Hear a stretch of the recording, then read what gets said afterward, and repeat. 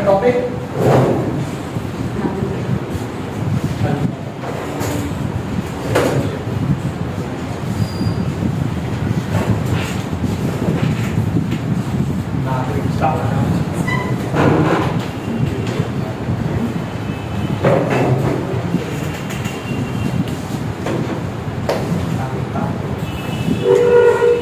कुछ क्वेश्चन उसके बाद पाकिस्तान। अगर कहीं पे लिखा हुआ है अनडिवाइडेड इंडिया, अविभाज्य भारत, अविभाजित भारत, उसका मतलब क्या है लॉ के अकॉर्डिंग?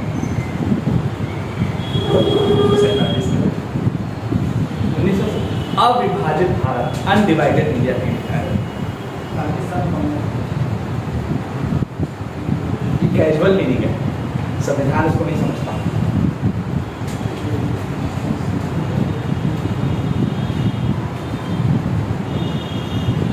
लेकिन इसमें कहा था आपको मिलेगा तभी हम याद घबरा नहीं। लेकिन ये एक क्वेश्चन दिमाग में आना चाहिए श्रेया।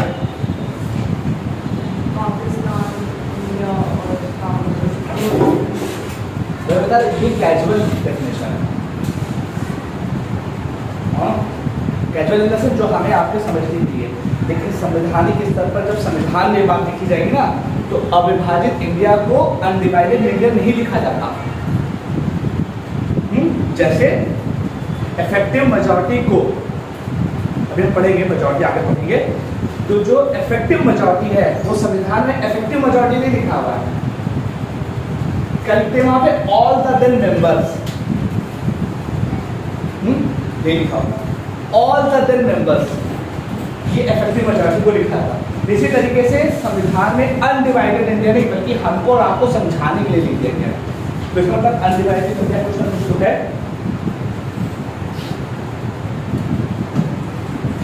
पहले तो बता दी,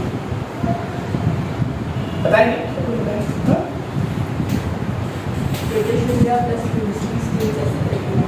फिर ये कैसे देंगे देखो हम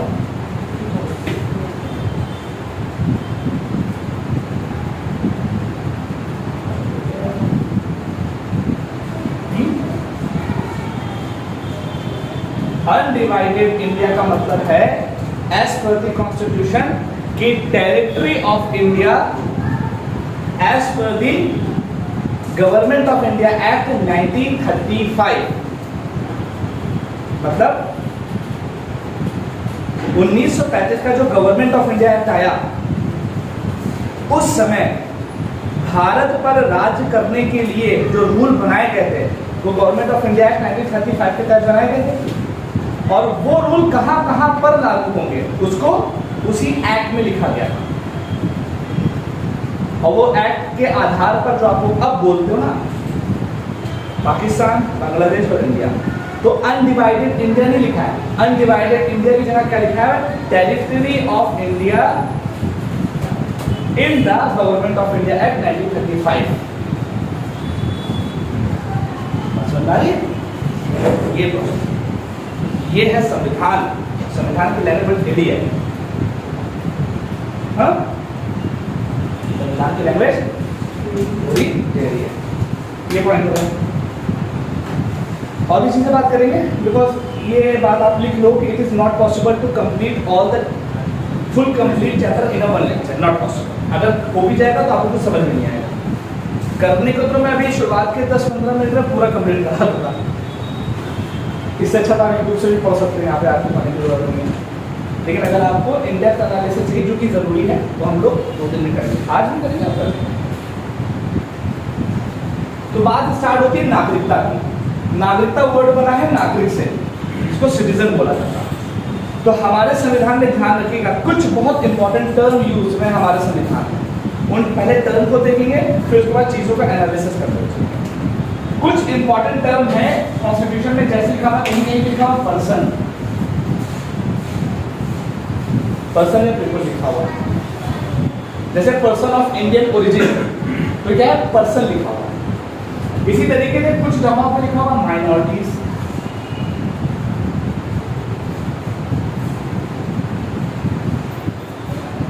माइनॉरिटीज लिखा है।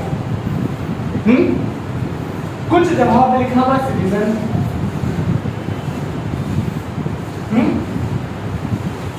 लिखा हुआ है। और इन सारे वर्डों के एनालिसिस के बाद एक वर्ड स्कॉलर्स ने भी यूज किया है, या कभी कभी संविधान में भी शायद उसका मेंशन किया गया है, एलियंस का। अब एलियन कौन? जो दूसरे गोला कर रहते हैं हम लोग के हिसाब से नहीं, लेकिन एलियन वो नहीं। भारत में नागरिक के अलावा जितने लोग भी हैं वो सब क्या है? एलियन। इसका मतलब जिसको हम लोग अपनी लैंग्वेज में फॉरेनर बोलते हैं, विदेशी, वो हमारे एलियन। अब एलियन भी क्लासिफिकेशन के आधार पर दो तरह के, एक होता है फ्रेंडली एलियन, मतलब कि दिल से हमारे संबंध अच्छे हों, और एक होता है एनिमी एलियन।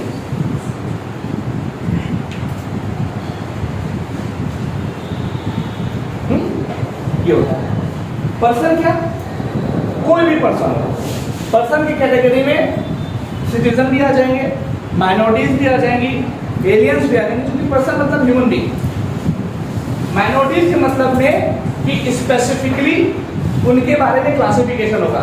हो सकता है लैंग्वेज के आधार पर माइनॉरिटी हो सकता है धर्म के आधार पर माइनॉरिटी हो, तो माइनॉरिटी वर्ड भी मेंशन हुआ है। और माइनॉरिटी वर्ड के लिए हमने आर्टिकल 29 वो राइट उनको दिए हुए हैं। सिटीजन, सिटीजन वर्ड जो नागरिक वर्ड यूज हुआ है, ये इतना इंपॉर्टेंट है कि जो लोग भारत के नागरिक हैं उनको एकदम अलग तरीके का राइट है, और कुछ राइट ऐसे दिए गए हैं जो बाकी की कैटेगरी में किसी को नहीं दिए गए। जैसे इनको भी कुछ राइट अवेलेबल है, इनको भी कुछ अवेलेबल है, इनको भी कुछ अवेलेबल है, इनको भी कुछ अवेलेबल है, लेकिन जो इसमें सबसे सुप्रीम कैटेगरी है वो है सिटीजन की, और इसी के आधार पर सिटीजनशिप कॉन्सेप्ट आया। तो जो सिटीजन भारत के होते हैं, जो भारत के नागरिक हैं, उनके पास कुछ स्पेसिफिकली अधिकार है। जैसे आर्टिकल 15, 16, ये 5 इंपॉर्टेंट आर्टिकल है जो सिर्फ और सिर्फ और सिर्फ भारतीय नागरिक को दिए गए हैं। अभी आर्टिकल क्या है? आर्टिकल 15 क्या है सर? आर्टिकल 15 एनिमल एल्स, किसी के ऊपर धर्म, जाति, सेक्स, प्लेस ऑफ बर्थ और रिलीजन के आधार पर, इन सब चीजों के आधार पर भेदभाव नहीं किया जाएगा। ये वाला राइट सिर्फ किसको मिला हुआ है? सिर्फ भारतीय नागरिक को मिला हुआ है। इसी तरीके से 16, यही सारे क्राइटेरिया, लेकिन 2 और हैं, मतलब कि पब्लिक एम्प्लॉयमेंट में किसी से डिस्क्रिमिनेशन नहीं किया जाएगा, भले वो किसी धर्म का हो, जाति का हो, सेक्स का हो, किसी का हो। आर्टिकल 19 क्या है? Freedom of speech and expression. 6 तरह की फ्रीडम है, ये बता सकता है वो 6 तरह की फ्रीडम है कौन कौन सी, और क्रोनोलॉजिकल ऑर्डर में।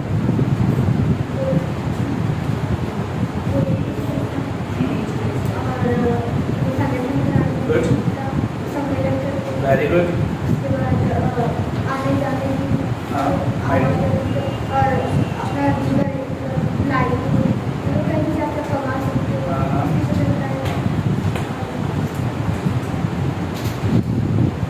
जरूरी है। आर्टिकल 19 के जो 6 पैरामीटर दिखाए हैं उनको आपको याद होना चाहिए। अब उसके लिए मैंने निमोनिक्स बनाया है, वो मैं आपको बताता हूँ। DAAMRP, DAA जो जिन विधि होते हैं, जो लोग जाते हैं तो वहाँ पर एक सप्लीमेंट उनको दिया जाता है, इसको DAA बोला जाता है, एसेंशियल अमीनो एसिड। तो वो वर्ड वहाँ से, तो DAAMRP हम आगे बताएंगे फंडामेंटल राइट सबको। ये सारे राइट उनको अवेलेबल है सिर्फ सिटीजन को। इसके अलावा कुछ और अधिकार हैं जो सिर्फ और सिर्फ सिटीजन को अवेलेबल है। जैसे भारत के किसी इलेक्शन में वोट करना, अगर आपको MLA या MP बनना है तो सिर्फ और सिर्फ भारतीय नागरिक बन सकता, कोई दूसरा नहीं बन सकता। राष्ट्रपति बनना है, उपराष्ट्रपति बनना है, प्रधानमंत्री बनना है, गवर्नर बनना है, अटॉर्नी जनरल ऑफ इंडिया बनना है, एडवोकेट जनरल ऑफ इंडिया बनना है, ये कौन बन सकता? सिर्फ भारतीय नागरिक। ये कुछ स्पेशल प्रिविलेज है जो सिर्फ नागरिकों को। अब इनके बाद यहाँ पर एलियंस, फ्रेंडली एलियंस मतलब कि विदेशी लोग, 2 तरह के, एक होंगे फ्रेंडली एलियन, एक होंगे एनिमी एलियन। फ्रेंडली एलियन किसको बोला जाता? बहुत ध्यान से, फ्रेंडली एलियन उन लोगों को बोला जाता है कि जिनके साथ हमारे संबंध अच्छे हों। नॉर्मल सा, जैसा हमारा यूएसए के साथ अच्छे संबंध है, तो क्या यूएसए के साथ अगर हमारे संबंध अच्छे हैं तो क्या वो हमारा कभी एनिमी एलियन बन सकता है? In what condition? जब हम वॉर के स्टेट में या फिर Exactly. अच्छी नहीं अगर हम किसी भी कंट्री के साथ वॉर में हो तो हम हमारे लिए वो कंट्री एनिमी एलियन की तरीके से काम करती है। एनिमी एलियन, जैसे 1962 में हमारे चाइना के साथ वॉर चल रही थी, तो चाइना उस समय हमारे लिए क्या था? Enemy alien. लेकिन अभी चाइना हमारे लिए क्या है? Enemy alien? नो, वॉर अभी नहीं चल रही तो हमारे एनिमी एलियन नहीं बल्कि वो हमारे लिए फ्रेंडली एलियन है। अब बताओ, क्या किसी भारतीय नागरिक को कभी एनिमी एलियन की कैटेगरी में रखा जाएगा या नहीं?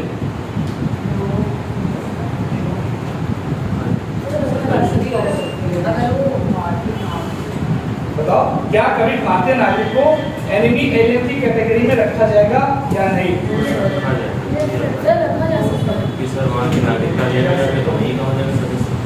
देखो, मैं एक लाइन पढ़ रहा हूँ, सुनो, है ना? अंग्रेजी में बोलूंगा, सुनना। An alien enemy includes not only subjects of a state at war with India, but also Indian citizens who voluntarily reside in or trade with such state. कि an alien enemy includes not only subject of a state at a war with India, but also Indian citizen who voluntarily reside in or trade with such state. क्या मतलब? Enemy alien हम सिर्फ उसको नहीं बोलते कि जिसके साथ हमारा उस समय युद्ध चल रहा हो, हम उस पर्सन को भी एनिमी एलियन बोल देंगे, भले वो इंडियन पर्सन। अगर वॉर के समय पे वो पर्सन जाके वहीं रहने लगे और उस देश के साथ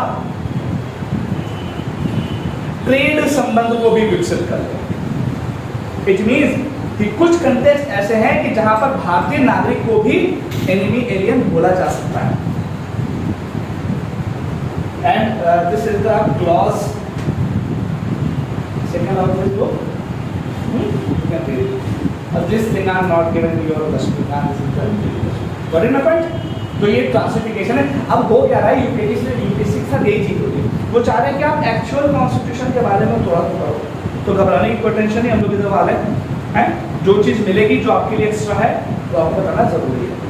क्योंकि लक्ष्मीकांत में अभी आपको क्या मिलेगा, उन्हीं ने सिर्फ क्लासिफिकेशन डिफाइन की है क्या कि एनिमी एलियन है क्या, फ्रेंडली एलियन है क्या। जिनके साथ वॉर चल रही है वो हमारे एनिमी एलियन है, और जिनके साथ अच्छे संबंध हमारे फ्रेंडली। लेकिन इससे बात नहीं बनती।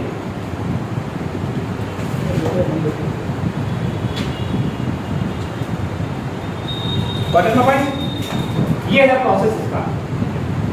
तो ये बात समझ आ रही है कि कुछ तरह के लोगों के बारे में, person, minority, citizen and alien सब के बारे में आती है। यहाँ पर किसी को कोई डाउट हो तो आगे बढ़े, पूरा चैप्टर फिर से स्टार्ट करें।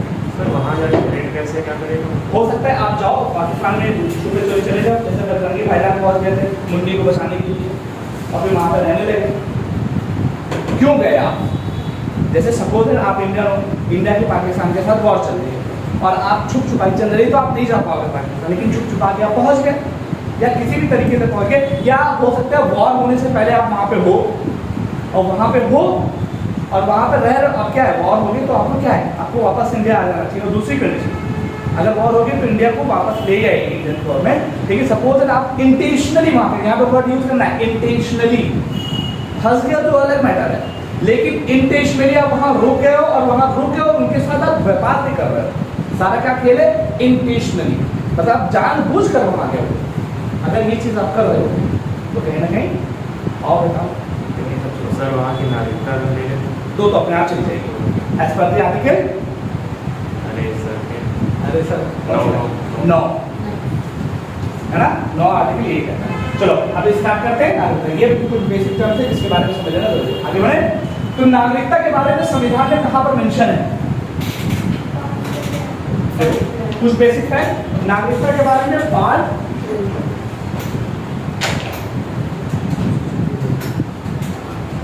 2 आर्टिकल कहां पर मेंशन है? 5 to 11।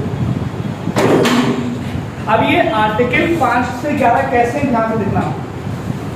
जो भारतीय संविधान है, भारतीय संविधान में नागरिकता के संबंध में बस 1-2 लाइन चीजें एक्सप्लेन करके लिखी हुई है। उसमें ये लिखा गया है कि भारतीय संविधान आर्टिकल 5 से लेकर 11 की मदद लेते हुए मात्र 26 जनवरी 1950 तक भारत का कौन नागरिक होगा, कौन नागरिक नहीं होगा, इसके बारे में बता दें। फिर तो भारतीय संविधान सिर्फ और सिर्फ 26 जनवरी 1950 तक के लिए कौन भारत का नागरिक होगा या नहीं होगा उसके बारे में बताती है। और उसको बताने के लिए उसने आर्टिकल 5, 6, 7, 8 इन आर्टिकल का यूज किया है। अब क्वेश्चन आता है कि 26 जनवरी 1950 के बाद कैसे प्रोसेस होगा? तो 26 जनवरी 1950 के बाद कौन पर्सन भारत का नागरिक बनेगा, कौन पर्सन नहीं बनेगा, कैसे किसी भारतीय की नागरिकता छीनी जाएगी, कैसे किस भारतीय को नागरिकता दी जाएगी, इससे नागरिकता से संबंधित जितने भी सवाल होंगे उसकी सारी पावर किसको दे दी गई है? पार्लियामेंट को। और ये बात आर्टिकल 9 में लिखी, आर्टिकल 11 में लिखी। तो मैं समराइज करते हुए बोल दूं, भारत से नागरिकता के संबंध में जो बातें की गई हैं वो पार्ट 2 में की गई हैं, जिसमें 5 से लेकर 11 आर्टिकल हैं और इसमें 2 स्टेजेस डिफाइन की गई हैं। क्या करना? 2 स्टेजेस में बात की गई है। एक है आफ्टर इंडिपेंडेंस, मतलब इंडिपेंडेंस के बाद से लेके commencement of constitution, commencement of the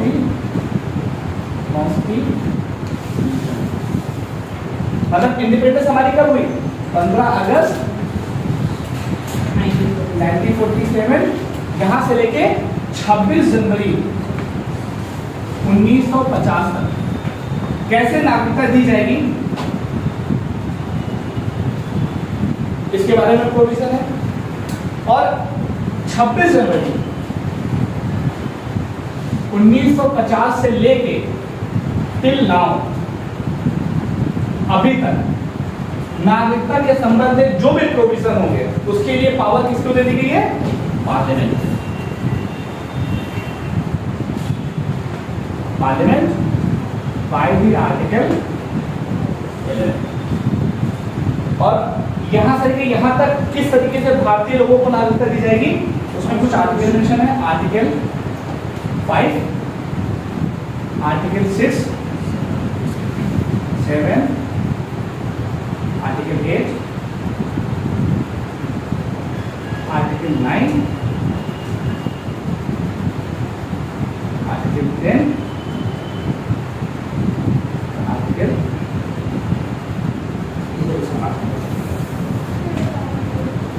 देखो देश हमारा कब आजाद हुआ है? 15 अगस्त 1947 को। तो भारत के नागरिक हम कब बनेंगे? 15 अगस्त 1947 से ही तो बनेंगे। उससे पहले तो ब्रिटिश इंडिया के हम लोग होते थे। तो उस डेट से लेकर 26 जनवरी 1950 तक कौन भारत का नागरिक होगा? क्योंकि अभी बीच में बंटवारा हुआ है, तो बंटवारे की वजह से कुछ लोग पाकिस्तान चले गए, कुछ लोग इंडिया में आ गए, कुछ लोग ईस्ट में। तो कौन भारत का नागरिक बनेगा, कौन नहीं बनेगा, किसको नागरिकता नहीं दी जाएगी, किसको नागरिकता दी जाएगी, इन सब चीजों के बारे में जो प्रोविजन है उसके बारे में संविधान से बात करता है। और वो किस आर्टिकल में? आर्टिकल 5 के तहत, 6 के तहत, 7 के तहत, 8 के तहत, 9, 10, 11। अब 26 जनवरी 1950 के बाद क्या लोग हमारे नागरिक नहीं बनेंगे? तो संविधान सभी कैसे बनेंगे ना? तो 26 जनवरी 1950 के बाद से लेके जब तक मैं पढ़ा रहा हूँ, जब तक कोई पढ़ाता रहेगा, जब तक भारत का कॉन्सेप्ट रहेगा, कैसे नागरिकता दी जाएगी उसके लिए आर्टिकल 11 में प्रोविजन है कि इससे संबंधित 26 जनवरी 1950 के बाद किसी को नागरिकता कैसे दी जाएगी, कैसे ली जाएगी, सारे प्रोविजन ये सब कौन करेगा? पार्लियामेंट करेगी। और ये आर्टिकल 11 में मेंशन कर दिया गया। क्या बात क्लियर है? अब खाली समझना हमको ये है कि ये सारे आर्टिकल में है क्या। थोड़ा सा तुरंत छाव है इसके आगे चलिए बता दीजिए हो गया। इसको बैठा के हेडिंग पड़ेगी आर्टिकल 5।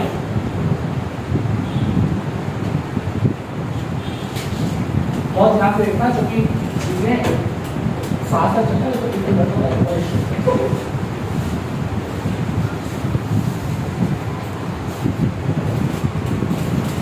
सबसे नंबर आर्टिकल 5। आर्टिकल 5 में कौन एक्सप्लेन कर रहा है सबसे पहले? सभी बात आर्टिकल 5 के तहत किसको नागरिकता दी जाएगी? भारत के लोगों को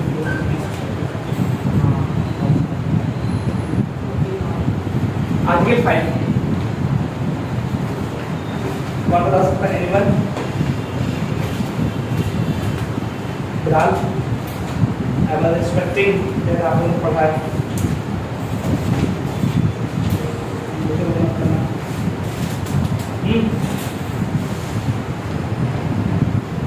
और भैया पाकिस्तान चले गए वो दूसरी है।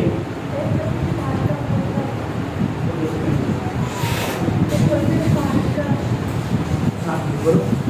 भारत में जन्म हुआ उसके माता पिता भारतीय हाँ और 1950 से हाँ पहले जो 5 साल पहले भारत में हाँ हाँ हाँ ठीक है थोड़ा बहुत ठीक है। अभी कंप्लीट कर बताऊंगा। हाँ सर क्या कुछ कह रहे थे?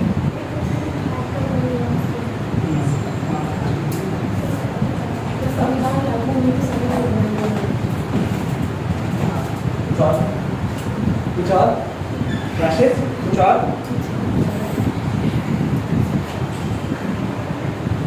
देखो क्या तो पढ़ा ही नहीं, क्या तो पढ़ा समझ नहीं आया इसीलिए मैं देखो आर्टिकल 5, 6, 7, 8 को समझने से पहले मैं कुछ चीज़ें आप लोगों को अलग से एक्सप्लेन कर रखा हूँ। कुछ सिचुएशन है जैसे देखो जब इन सब चीज़ों के बारे में बात चल रही थी तो हमारी संविधान सभा बनी हुई है। तो संविधान सभा के बनने पे कुछ इंपॉर्टेंट डेट है। जैसे एक डेट है 1 मार्च 1947 जिसके बारे में इसमें मेंशन है। एक डेट है 19 जुलाई 1948 इसके बारे में चीजें मेंशन है। 15 अगस्त 1947 ये भी डेट है। तो इन सारे डेट में बड़ा इफेक्ट पड़ रहा है। तो 4 कैटेगरी के लोग हैं। कैसे कितने कैटेगरी के? 4 कैटेगरी के। ध्यान देना पहली कैटेगरी है कि ऐसे लोग जो कि भारत के डोमिसाइल है। अभी मैं बताऊं इसलिए तो मैं यहाँ पे ऐसे लोग जो भारत के डोमिसाइल यही मजा है। डोमिसाइल का मतलब क्या? अधिवासी। हिंदी में उसको अधिवासी बोलते हैं। नहीं आपको इंग्लिश में समझ आए नहीं हिंदी में। अधिवासी का मतलब होता है as per the doctor Praveen Jain case में डोमिसाइल वर्ड को सुप्रीम कोर्ट ने डिफाइन किया। किसमें? As per the doctor Praveen Jain case versus union of India में 1985 में केस हुआ। उसमें सुप्रीम कोर्ट ने डोमिसाइल वर्ड को डिफाइन किया। उसमें बोला डोमिसाइल का मतलब है कि भारत में रहने वाला वो पर्सन जो किसी रीजन में परमानेंटली रह रहा हो। देखो जैसे सपोज दैट मैं हूं इंडियन और मेरी जॉब कहीं लग गई 5 साल के लिए मैं चला गया UAE। कितने साल के लिए? 5 साल के लिए। 5 साल के बाद मैं वापस तो यहीं आ जाऊंगा ना। तो मैं परमानेंट रेसिडेंट कहाँ का हूँ? भारत का। यही का हूँ। अब एक कंडीशन है जैसे मैं यूपी का हूँ। मैं यूपी का हूँ तो मैं डोमिसाइल इंडिया चूंकि मेरा परमानेंट इंडिया में ही है। मैं यूपी का पर्सन हूँ। मेरा जो एड्रेस है यही मेरे घर का है। अब सपोज दैट 5 या 6 साल के लिए मैं चला जाऊँ दिल्ली में मुझे पढ़ाने का मौका मिलता है। अब 5 साल तक मैं वहाँ जाकर पढ़ाऊँ तो 5 साल के बाद मैं फिर लखनऊ का पता लूँगा। यह मान लो कि मेरा पूरे तरीके से सेटलमेंट परमानेंट सेटलमेंट दिल्ली का ही हो गया। तब मुझे क्या बोला जाएगा? डोमिसाइल ऑफ दिल्ली या domicile of UP? Domicile of UP. हाँ डोमिसाइल ऑफ दिल्ली नहीं बोला जाएगा। दोनों ही गलत है। इंडिया में domicile of state word use नहीं किया गया, ध्यान रखिएगा। भारत में सिर्फ और सिर्फ आप भारत के डोमिसाइल। तो पॉइंट इज दैट डोमिसाइल या अधिवासी का मतलब ये होता है कि आप कहाँ के परमानेंट निवासी हो। अब जहां के भी परमानेंट निवासी होंगे वो डोमिसाइल आपका कहलाता। प्रवीण जैन केस में ये चीज एक्सप्लेन कर दी गई, आप किसी स्टेट के डोमिसाइल नहीं हो, चाहे आप दिल्ली में रहो चाहे आप यूपी में रहो, आप भारत के परमानेंट रेसिडेंट हो। इससे होगा क्या, unity and integrity of India को प्रिजर्व करता है। तो डोमिसाइल का मतलब क्या है, एक ऐसा पर्सन जो परमानेंट भारत का निवासी है। पहली कंडीशन ये, पहली सिचुएशन ये है। अब इसमें कुछ अलग अलग कंडीशन है जिसके बारे में अभी हम बताएंगे। इट मीन्स डोमिसाइल आज़ादी के बंटवारे के समय पे क्या हुआ, मतलब जब बंटवारा हो रहा था तो वो लोग पाकिस्तान नहीं गए, वो लोग बांग्लादेश वाले रीजन में भी नहीं गए, जहाँ पे थे वहीं पे परमानेंट वहीं पे रहते, इस वजह से डोमिसाइल बनी हुई। ठीक है। दूसरी कंडीशन ये है कि जब देश का बंटवारा हो गया तो कुछ लोग पाकिस्तान चले गए और कुछ लोग भारत आ गए। तो ऐसे लोग जो बंटवारे के समय पे पाकिस्तान से भारत में माइग्रेट किए। कहां से, पाकिस्तान से भारत में। पाकिस्तान से जो इंडिया में माइग्रेट किया, याद रखना माइग्रेट वर्ड यूज हुआ है। ये दूसरे तरह के पर्सन थे। भारत था अखंड भारत, गवर्नमेंट ऑफ इंडिया 1935 का भारत। 15 अगस्त 1947 को दोनों लोग एकदम अलग अलग माहौल हो गया, तो पाकिस्तान वाले पाकिस्तान में चले गए, इंडिया वाले इंडिया में आ गए। जो कुछ लोग पाकिस्तानी ऐसे थे जो भारत में आकर रहना चाहते थे, तो पाकिस्तान से माइग्रेट होकर यहाँ पर आए, प्रवास करके यहाँ पर आए। तो एक ये सिचुएशन थी। दूसरी सिचुएशन ऐसी थी कि इसी समय कुछ लोग ऐसे थे कि जो कि इंडिया से कहाँ गए, पाकिस्तान, और जब गए उनको लगा पाकिस्तान में रह लेंगे, लेकिन वहां बात नहीं बनी, तो तुरंत फिर वापस आ गए भारत। ये तीसरा तरह के लोग थे। सिंपल, कुछ है नहीं कौन। 3 तरह के लोग हो गए। पहला डोमिसाइल, दूसरा जो पाकिस्तान से यहाँ आया, और तीसरा कौन, भारत से पाकिस्तान और पाकिस्तान से फिर यहाँ। और चौथे तरह के कौन लोग हैं, ऐसे लोग जो कि जब ये सब बवाल चल रहा था, गवर्नमेंट ऑफ इंडिया 1935 की टेरिटरी के बाहर कहीं रह रहे, मतलब भारत के अब्रॉड कहीं रह रहे। जैसे जब ये सब बवाल चल रहा था तो हो सकता है कुछ लोग जर्मनी में हो, कुछ लोग जापान में हो, कुछ लोग लंदन में हो, कुछ लोग अमेरिका में हो सकता है ना। तो उनको कैसे नागरिकता मिलेगी, तो वो चौथी कैटेगरी के पर्सन थे, मतलब जो लोग अब्रॉड कहीं रह रहे हैं, अब्रॉड देश के कहीं बाहर रह रहे हो, नहीं पाकिस्तान में, नहीं इंडिया में, कहाँ रह रहे हो, इंग्लैंड में हो, जर्मनी में हो, फ्रांस में हो, इन सब जगहों पर रह रहे हो। तो ये 4 तरह के पर्सन की कैटेगरी है, और इन 4 तरह के लोगों को अलग अलग आर्टिकल से हैंडल किया गया है। जो डोमिसाइल है इनको आर्टिकल 5 के तहत हैंडल किया गया, मतलब इनको आर्टिकल 5 के तहत नागरिकता दी गई। जो ऐसे पर्सन जो पाकिस्तान से इंडिया में माइग्रेट हो गया है, इनको आर्टिकल 6 के तहत दी गई है। और जो लोग इंडिया से पाकिस्तान और पाकिस्तान से इंडिया में आए हो, उनको किस तरीके से दी गई है, आर्टिकल 7 के तहत। और जो लोग अब्रॉड में थे उनको आर्टिकल 8 के तहत। लेकिन आपका काम यहाँ से नहीं बनेगा, ये तो बस नॉर्मल सा है, पेट के काम के काम है, लेकिन बात अभी स्टार्ट हो गया है। अब थोड़े से कॉन्स्टिट्यूशनल प्रोविजन जिसके ऊपर आप लोगों को परेशानी होती है, बढ़िया। अब आर्टिकल 5 को एक्सप्लेन करना, ठीक है। अब ये लिख लेंगे आगे, कंटेक्स्ट समझ में आ गया। 4 कैटेगरी के लोग, ये तो समझ में आ गया होगा, 4 तरह के लोग। अब आर्टिकल 5 अब आर्टिकल 5 के बारे में स्पष्ट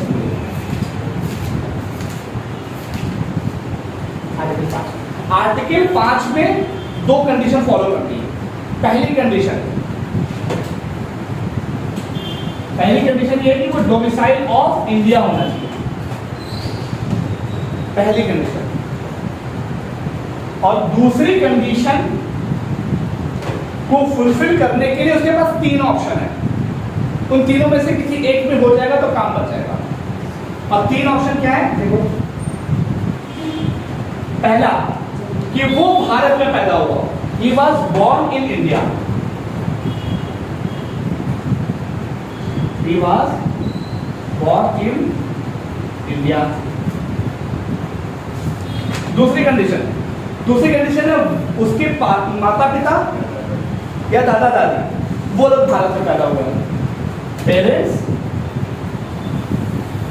और ग्रैंड पेरेंट्स, ग्रैंड पेरेंट्स का मतलब दादा दादी, बॉर्न इन इंडिया। ये दूसरी कंडीशन होगी। और तीसरी कंडीशन बड़ी अच्छी है कि जब आर्टिकल 5 के तहत उसको नागरिकता दी जा रही है तो उसके लिए जरूरी है कि नागरिकता के लिए जो रजिस्टर करवा रहा है उससे 5 साल पहले से वो भारत में रह रहा हो, रिसाइडिंग प्रीवियस 5 ईयर उसको होना चाहिए।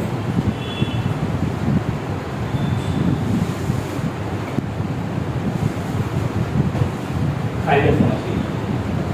ये 3 कंडीशन में से कोई भी एक कंडीशन सेटिस्फाइड हो जाएगी तो उसका काम बन जाएगा, दोबारा का नागरिक हो जाएगा।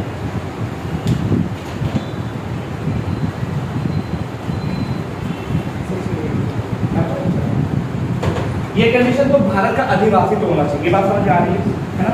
उसके बाद ये जो दूसरी कंडीशन फॉलो करनी, उसमें से तीनों में से कोई एक कंडीशन फॉलो हो जाए। जब ये सब झमेला हो रहा हो तो उसकी जो पैदाइश है वो भारत में ही हो, ये जरूरी है, एक कंडीशन।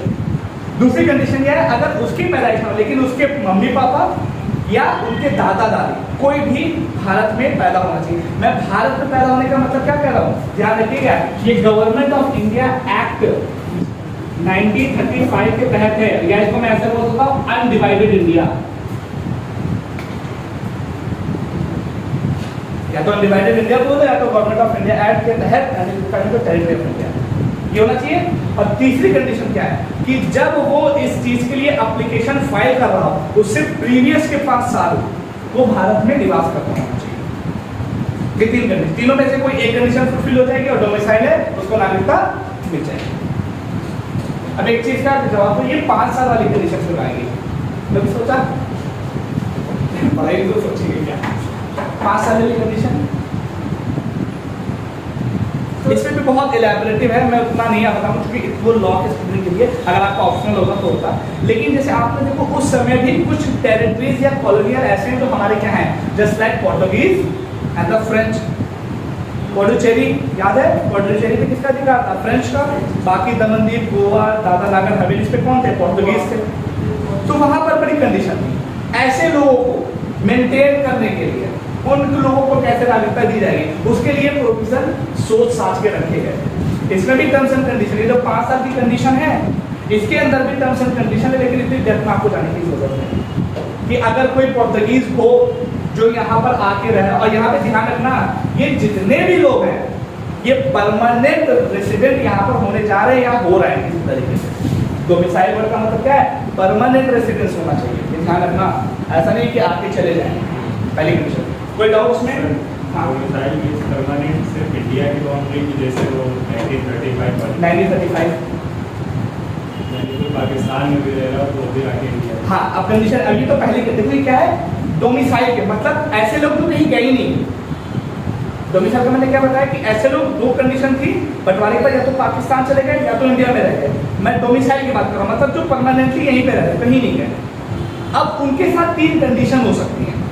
हो सकता है उनका जन्म यहाँ पे हुआ हो सकता है उनके मम्मी पापा दादा दादी का जन्म यहाँ पे हुआ, और हो सकता है कुछ लोग ऐसे हों जो भारत में परमानेंटली रहते हों लेकिन वो भारत के नागरिक ना हो, जैसे मतलब किसी और देश के नागरिक, जैसे पुर्तगीज, अब वो पुर्तगाल के नागरिक थे ना, लेकिन 5 साल अगर वो चाहते कि मैं परमानेंट में इंडिया में रह जाऊँ तो क्या करेंगे, इस वाली कंडीशन, जो कि परमानेंट रह रहे इसका जैसे डोमिसाइल इन इंडिया हो गए, और दूसरी कंडीशन ये वाली फॉलो करेंगे।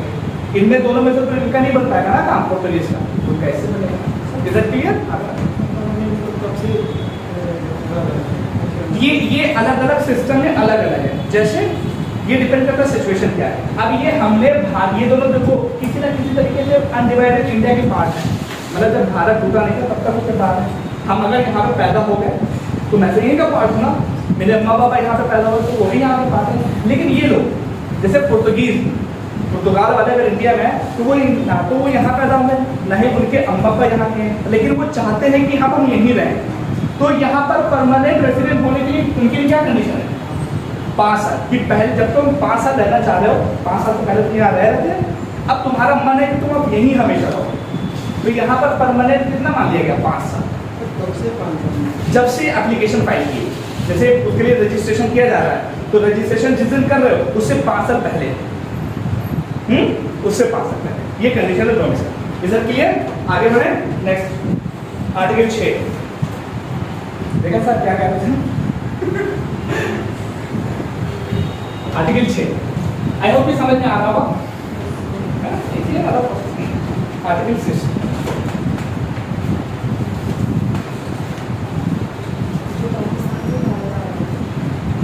क्या ये है नॉर्मल जो पाकिस्तान से भारत आर्टिकल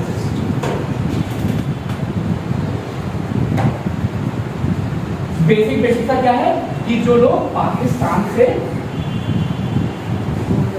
माइग्रेट करके इंडिया आए,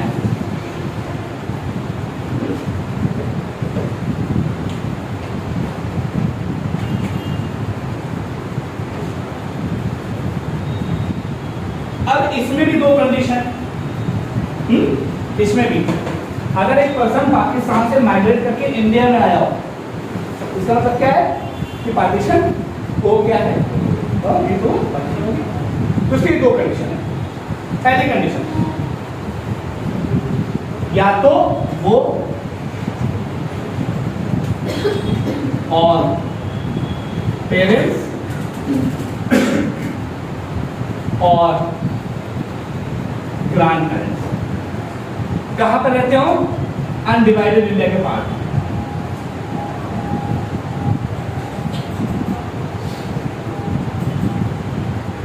या तो पहले वो, या तो उनके पापा मम्मी, या तो उनके दादा दादी अनडिवाइडेड इंडिया का पार्ट। अनडिवाइडेड इंडिया का मतलब गवर्नमेंट ऑफ इंडिया एक्ट 1935 के तहत भारत की टेरिटरी। पहली कंडीशन ये। तो मुझे लगता है इसमें तो कोई इशू हो गई, जनरली सभी होंगे, क्योंकि देश अभी आजाद हुआ है ना, अलग बंटवारा हुआ है, उससे पहले तो सभी अनडिवाइडेड है। लेकिन यहाँ पे कंडीशन लगा दी। दूसरी कंडीशन थोड़ी सी ट्रिकी। दूसरी कंडीशन ये है कि एक डेट डिफाइन कर, ये कंडीशन तो फॉलो करनी है। और दूसरी कंडीशन में उन्होंने बोल दिया, कंडीशन नंबर 2 में उन्होंने बोल दिया, एक डेट डिफाइन कर दी कि 19 जुलाई 1948। ये डेट देखो, अगर आप इस डेट से पहले आए हो तो, या ऐसी कंडीशन हो सकती है आप इस डेट के बाद आए हो, बिफोर या आफ्टर। तो कैसे आपको पता चलेगी?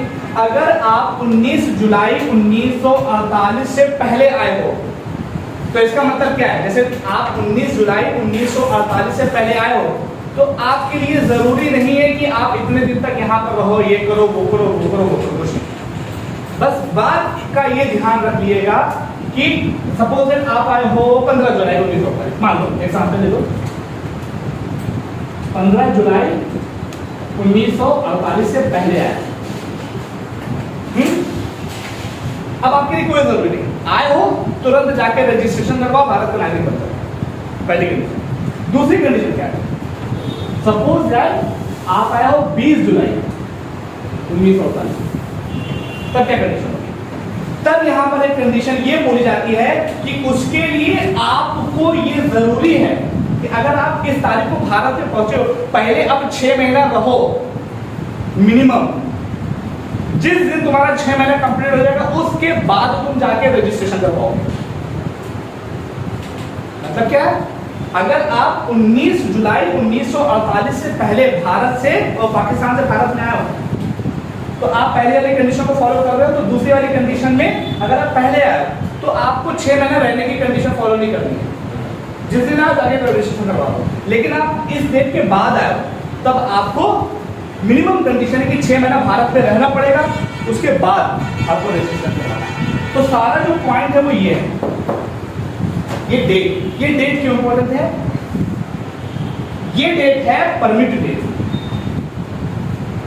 क्योंकि ये वही दिन था कि जिस दिन जो सनी देओल थे उनको परमिट के ऊपर मुहर नहीं लगती, और बेचारे अपनी सकीना को लेने के लिए उसका परेशान होता है। मूवी देखिए ना गलत, उसमें क्या होता है कि परमिट लगवाना पड़ता। तो परमिट की जब भारत और पाकिस्तान का बंटवारा हो गया, तो एक देश से अगर आपको पाकिस्तान से भारत में आना है तो एक परमिट लेके आना पड़ता था। वो जिस दिन लागू हुआ था ना, वो यही डेट, परमिट की डेट। इसका मतलब क्या है? परमिट अगर इसके बाद आप पाकिस्तान से भारत में आना चाहते हो तब आपको परमिट लेके आओगे, तब आपको भारत में आने दिया जाएगा। समझ रहे हो? तब आपको भारत में आने दिया जाएगा या भारत से पाकिस्तान जाने दिया जाएगा। ये वो डेट। अब इस डेट के आधार पर क्या बताया गया कि अगर, इसका मतलब क्या है, परमिट जारी होने से पहले ही आप आ गए, मतलब आपका मन था, लेकिन जब परमिट लगी तो आपको डर लगा कि कहीं दिक्कत ना हो जाए तो आप चलते हैं। तो इस डेट से अगर पहले आए हो तो 6 महीना भारत में रहने की कंडीशन नहीं है, तुरंत रजिस्टर कराओ, तुरंत नागरिकता पाओ। लेकिन अगर 19 जुलाई 1948 के बाद आए हो तो आपको पहले 6 महीना भारत में रहना पड़ेगा, उसके बाद आप रजिस्टर करवा सकते हो। परमिट जैसे आप पाकिस्तान में हो तो पाकिस्तान की कोई अथॉरिटी होगी, वो आपको देगी। जैसे आप देखो सनी देओल फंस गए थे ना, पाकिस्तान में फंसे थे, सकीना को वहां से लेके आना चाह रहे थे, कौन है और मैं उठा के भाग गया उसने, तो क्या वो वहां फंसे हो तो पाकिस्तान की अथॉरिटी से लेंगे, परमिट लेंगे। इंडिया में अगर फंसे हो तो इंडिया वाले से परमिट लो, तो ये परमिट का पास, ये परमिट है, इस दिन परमिट इशू होता है। इससे पहले क्या था, जाए जहां मन जाओ। Is that clear? ये दो कंडीशन, पहली कंडीशन में देख रही है, दूसरी में से इस तरीके से आपको दी जाएगी। क्लियर? आगे बढ़े, चलो 7 मिला देना उसको, इसको मिला दो,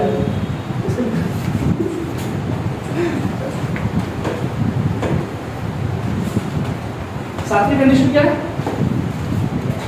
आर्टिकल 7 होता है। आर्टिकल 7 क्या है? इंडिया से पहले पाकिस्तान, इंडिया से गए पाकिस्तान और पाकिस्तान से फिर इंडिया। अब इसमें एक डेट इंपॉर्टेंट है, वो है 1 मार्च 1947। देखो अब यहाँ पे एक डेट डिसाइड करना, एक डेट है 1 मार्च 1947। ये डेट क्यों इंपॉर्टेंट है? ये वो डेट है कि जिस दिन ये अनाउंसमेंट की गई थी कि भारत का डिवीजन होगा। हाँ? 1 मार्च 1947 वो तारीख है कि जिस दिन ये डिसाइड किया गया था कि भारत का, अखंड भारत का बंटवारा किया जाएगा। अब जब ये डेट डिसाइड हो गई, अब लोग इधर उधर से भागने लगे। तो ध्यान से देखना, यहाँ पर 2 कंडीशन होगी कि लोग भागना चालू हुए। 2 तरह के लोग होंगे और दोनों ही पाकिस्तान भाग रहे हैं। 1 मार्च 1947 को ऐसे लोग जो भारत से, इंडिया से पाकिस्तान गए और वहीं रह गए तो खत्म केस, कोई दिक्कत नहीं। लेकिन कुछ लोग हैं जो डर की वजह से कि मेरे साथ क्या होगा, ये है वो है, इंडिया से भाग के कहाँ गए? पाकिस्तान।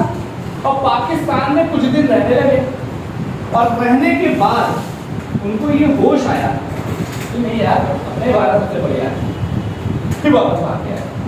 तो ऐसे जो लोग होंगे उनको नागरिकता दे दी जाएगी और नागरिकता देने के लिए किस तरीके से उनको प्रोसेस ट्रीट किया जाएगा?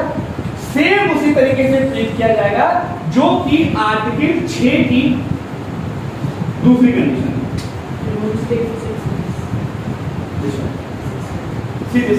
इस वाले के अंदर आर्टिकल 6 की दूसरी कंडीशन ये है, देखना 1 मार्च को जैसे डेट अनाउंस हुई, लोग भागने लगे, पाकिस्तान चलो, पाकिस्तान चलो, पाकिस्तान चलो।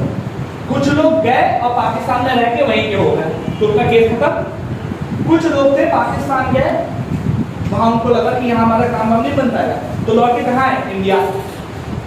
इसका मतलब क्या है कि आपकी इंटेंशन सही नहीं थी, आप बंटवारा हो गए तो तुम भागे जा रहे। लेकिन भारत तब भी बहुत सर्वधर्म समभाव और वो क्या वासुदेव कुटुंबकम की आइडियोलॉजी को मानने वाला है। उसने तब भी हम तुमको देंगे, तुम्हारी नीयत खराब थी लेकिन तब भी तुमको हम सिटीजनशिप देंगे। लेकिन अब कैसे देंगे? अब तुम्हें आर्टिकल 6 में जो दूसरी वाली कंडीशन उसको फॉलो करना पड़ेगा। और आर्टिकल 6 में दूसरी वाली कंडीशन क्या है? ये वाली कि 19 जुलाई 1948 से पहले आ गए होगे तो तुम्हें कोई रहना नहीं पड़ेगा। 19 जुलाई 1948 के बाद आए होगे तो तुम्हें 6 महीना रहोगे तब। अब अच्छा एक चीज और को जवाब दो, ये जो आर्टिकल 6 में डेट है या आर्टिकल 7 में जो डेट डिफाइन की गई है, ये कब तक वैलिड रहेगी? 25 जनवरी 1950 से और 26 जनवरी 1950 से तो संविधान लागू हो गया। मतलब कि ये जितने भी प्रोविजन हैं ये संविधान के कमेंसमेंट से पहले पहले हो जाने चाहिए। जैसे आर्टिकल 5, आर्टिकल 6, आर्टिकल 7 या आर्टिकल 8, इनके जितने प्रोविजन में ये बता रहा हूँ ये सारे प्रोविजन 7 तक का ये कब तक हो जाने चाहिए? संविधान लागू होने से पहले पहले।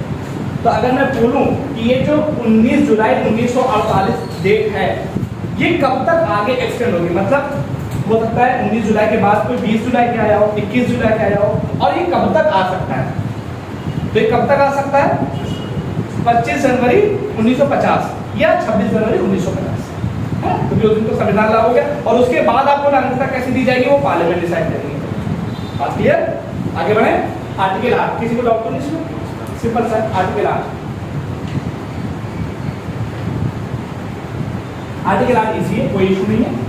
हाँ, इसमें एक प्रोविजन बहुत अच्छा है जो कि आपको मैं इसी वजह से अलग पॉइंट बता रहा हूँ। आर्टिकल 8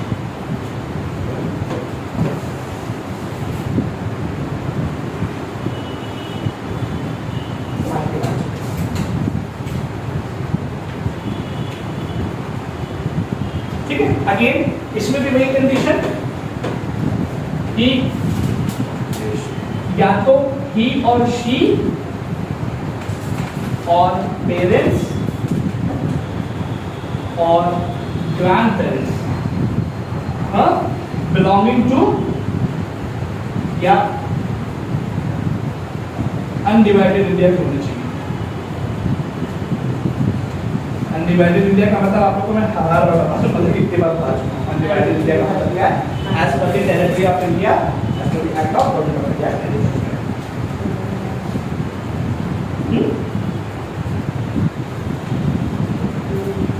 ठीक है। अब क्या मतलब ऐसे लोग या तो वो या तो उनके मम्मी पापा या तो उनके दादा दादी भारत में पैदा हुए हों और वो पर्सन जो कि नागरिकता लेना चाहता हो वो अब्रॉड रहता हो, मतलब किसी दूसरे देश में रहता हो।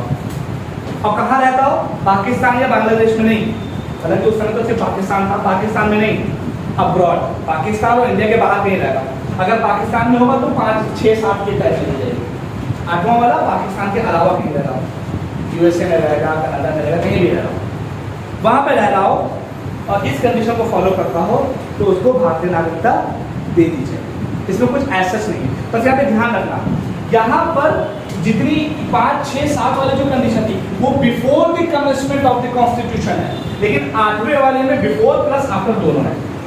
आप अगर संविधान लागू होने से पहले ये प्रोसेस कर लो या आफ्टर कर लो, दोनों बाद में आपको आंसर मिल जाएगी। प्लीज इसको तो कैसे समझ लो, सपोज दैट जब ये सब झमेला चल रहा था, संविधान के प्रोसेस हो रहा था, उस समय कोई ऐसा पर्सन है कि जिसके मम्मी पापा इंडिया के हैं या दादा दादी इंडिया के हैं और वो अमेरिका में रहता है। अब वो अमेरिका के यहाँ आ तो सकता नहीं, तो संविधान लागू होने से पहले उसको भारतीय नागरिकता दे दी जाएगी। क्या करना पड़ेगा उसको कि अमेरिका में जो भारतीय दूतावास है वहां पे जाओ और बता दो कि मैं ये हूँ, मेरे अम्मा अब्बा ये हैं, मेरे दादा दादी ये हैं, मैं भारतीय नागरिकता चाहता हूँ। क्योंकि आपके पास ऑप्शन पाकिस्तान का भी है, मैं भारतीय नागरिकता चाहता हूँ। आप कॉन्सुलेट में बता दोगे तो आपको भारतीय नागरिकता दे देगा।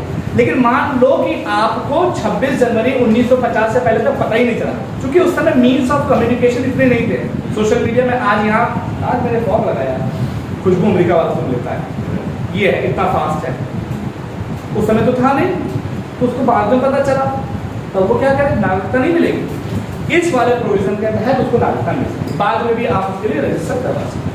बिफोर एंड आफ्टर, बस यही वो आर्टिकल है जिसमें बिफोर एंड आफ्टर है, बाकी सारे आर्टिकल में डेट डिफाइन है कि कमेंसमेंट ऑफ द कॉन्स्टिट्यूशन से पहले पहले, इससे पहले की इसका मुझे ये बोल रहा है कि या तो वो उसके पेरेंट्स या तो ग्रैंड पेरेंट्स अनडिवाइडेड या तो बॉर्न हुए और वो बाहर रह रहे हो एंड दे लिविंग अब्रॉड, या वो हो सकता है कि मम्मी पापा उसके यहीं रह रहे हो इंडिया में, जो सिटीजनशिप चाह रहा है या तो वो भारतीय अनडिवाइडेड इंडिया का पार्ट हो, पैदा हुआ हो, नागरिक नहीं बोल रहा हूँ, पैदा हुआ हो, क्योंकि उस समय नागरिकता थी ही नहीं, उस समय तो ब्रिटिशर्स का रूल था, पैदा हुआ हो, अगर वो नहीं पैदा हुआ, हो सकता है वो अमेरिका में पैदा हो लेकिन उनके मम्मी पापा यहाँ पैदा हुए, हो सकता है उनके मम्मी पापा भी पैदा ना हुए लेकिन उनके दादा दादी यहाँ पर पैदा हुए।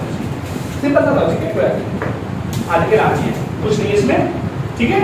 आर्टिकल 5, 6, 7, 8 ये इसका एक्सप्लेनेशन। अब आर्टिकल 9 क्या है, जल्दी जल्दी देखो, खत्म कहानी। आर्टिकल 9 क्या है? आर्टिकल 9 ये कहता है कि अगर कोई भी पर्सन भारतीय नागरिक है और उसने स्वेच्छा से वॉलेंटरी किसी दूसरे देश की नागरिकता ली तो खटाक से अपने आप उसकी भारतीय नागरिकता चली जाएगी। सिंपल सा लॉजिक है, कुछ नहीं।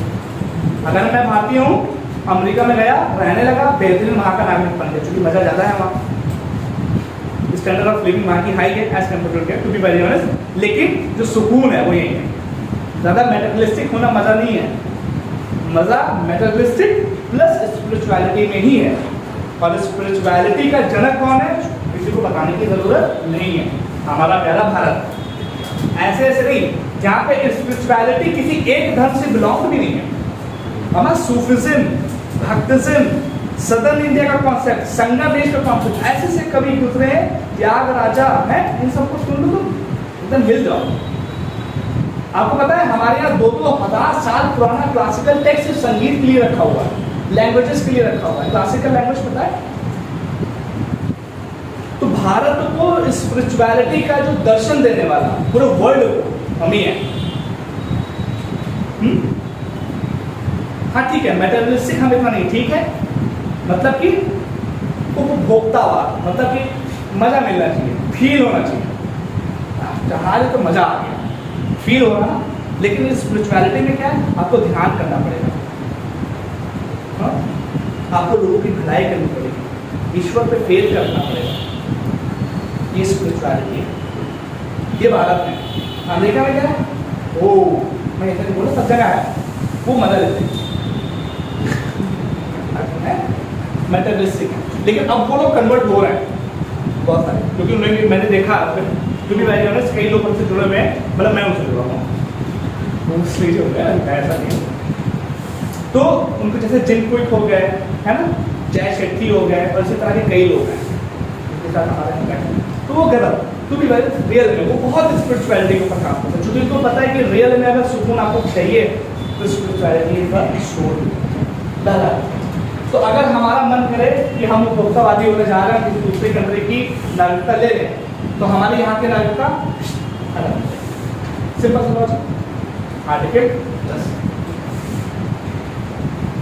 आर्टिकल 10 क्या कहता, अगर एक बार आप भारत के नागरिक बन गए, अब मजे उड़ाओ, खूब मजे लो, जाके प्रधानमंत्री बनो, राष्ट्रपति बनो। हाँ, मतलब कि आपने अपनी जो नागरिकता है स्वेच्छा से किसी दूसरे की ले ली, मतलब किसी कहने का एसेंस ये है कि आप एक साथ 2 जगह के नागरिक नहीं हो सकते। अगर भारत के हो तो दूसरे जगह के नहीं हो सकते, चाहे स्वेच्छा से भी हो चाहे गलती से भी हो, आपकी नागरिकता यहाँ पे घुस जाएगी। सिंपल सा बोला है, ठीक है। आर्टिकल 10 क्या कहता, आर्टिकल 10 ये कहता है कि एक बार अगर आप भारतीय नागरिक बन गए, अब बन जाओ, कोई भी तुम्हें तुम्हारी नागरिकता से हटा नहीं सकता, छीन नहीं सकता, कुछ नहीं कर सकता, except law made by the parliament. जाना ना, ऑप्शन में आपसे पूछा जाएगा law made by the state legislature. तो वहां पे लाइन तो बड़ी अच्छी सी दिख रही है, लेकिन रियल में वो है बाय द पार्लियामेंट। ध्यान रखना, नागरिकता से संबंधित कोई भी प्रोविजन स्टेट लेजिस्लेचर इनिशिएट नहीं करती है, एकदम। स्टेट लेजिस्लेचर का नागरिकता में मतलब कि जो राज्य की विधायिका होती है, जैसे यहाँ पर लखनऊ में विधानसभा है, उसका कोई रोल नहीं, किसी भी राज्य की विधायिका का नागरिकता के संबंध में कोई रोल नहीं, सिर्फ और सिर्फ पार्लियामेंट का रोल है। और अगर आपकी नागरिकता आपको एक बार मिल गई तो उससे आपको कोई छीन नहीं सकता। हाँ, अगर पार्लियामेंट को जरूरत लगेगी और उसको नीड लगेगी, तब वो आपकी नागरिकता आपसे छीन सकती। लेकिन अगर वो छीन रही है, उसको लग रहा है, तो उसके ऊपर भी आपको ऐसा नहीं है कि सपोज दैट आप रियल में भारतीय नागरिक हो और पार्लियामेंट ने कोई लॉ बनाया, आपकी नागरिकता छीन ली, तो क्या इसे छीन लेंगे? इसको चेक एंड बैलेंस करने के लिए हमारे पास सुप्रीम कोर्ट और हाई कोर्ट है। तो जुडिशियल रिव्यू, न्यायिक समीक्षा जिसको बोलते हैं, वो सब होता है। तो मतलब आप सेफ हो, कोई दिक्कत नहीं। Article 10 is that clear? Article 10 क्या है? अगर नागरिक हो गए हो, कोई भी आपकी नागरिकता आपसे छीन नहीं सकता। हाँ, छीन सकता है पार्लियामेंट, लेकिन वो एक लॉ बनाना चाहिए। कौन छीनेगा? पार्लियामेंट। कैसे? लॉ बनाना चाहिए, स्टेट लेजिस्लेचर नहीं, पार्लियामेंट। आर्टिकल 11, आर्टिकल 11 है, आर्टिकल 11 जैसे मैंने क्लास की स्टार्टिंग में बताया था कि संविधान के लागू होने तक आपको नागरिकता 5, 6, 7, 8 के तहत मिलेगी। अब संविधान जब लागू हो गया 26 जनवरी 1950, अब 26 जनवरी 1950 के बाद आपको नागरिकता कैसे मिलेगी? तो ये सारी पावर आर्टिकल 11 के तहत किसको दे दी गई है? पार्लियामेंट को। और एक चीज और भी बोल दी है कि पार्लियामेंट के पास ये पावर है कि इसके लिए कैसे मिलेगी, कैसे छीनी जाएगी, और नागरिकता के संबंध में कोई भी प्रोविजन होगा, सारी पावर किसको दे दी गई है? पार्लियामेंट को, संसद को। यह है आर्टिकल 11। बस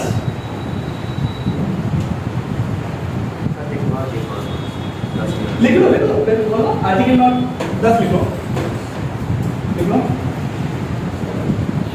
मैं अपनी लैंग्वेज में लिखूंगा, है ना? भारतीय नागरिकता के ग्रहण के बाद, आर्टिकल 10, आर्टिकल 10, भारतीय नागरिकता के ग्रहण के बाद आपकी नागरिकता के साथ आपकी नागरिकता को सिवाय संसद के कानून के द्वारा आपसे छीना नहीं जा सकता। बस, है ना? ये तो लिखा ऐसे से ये, है ना? सिंपल। आर्टिकल 11 देखो, आर्टिकल 11 क्या कहता? कि संविधान के लागू होने के बाद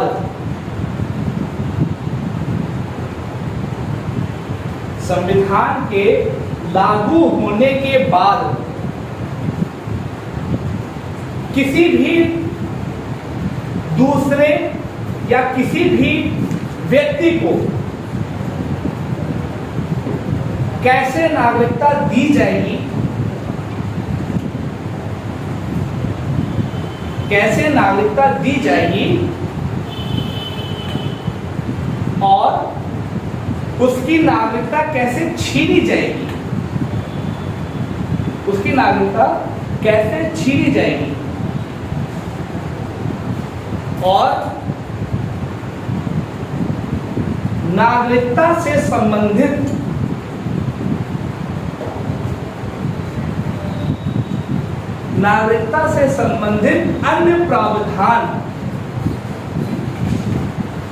अन्य प्रावधान में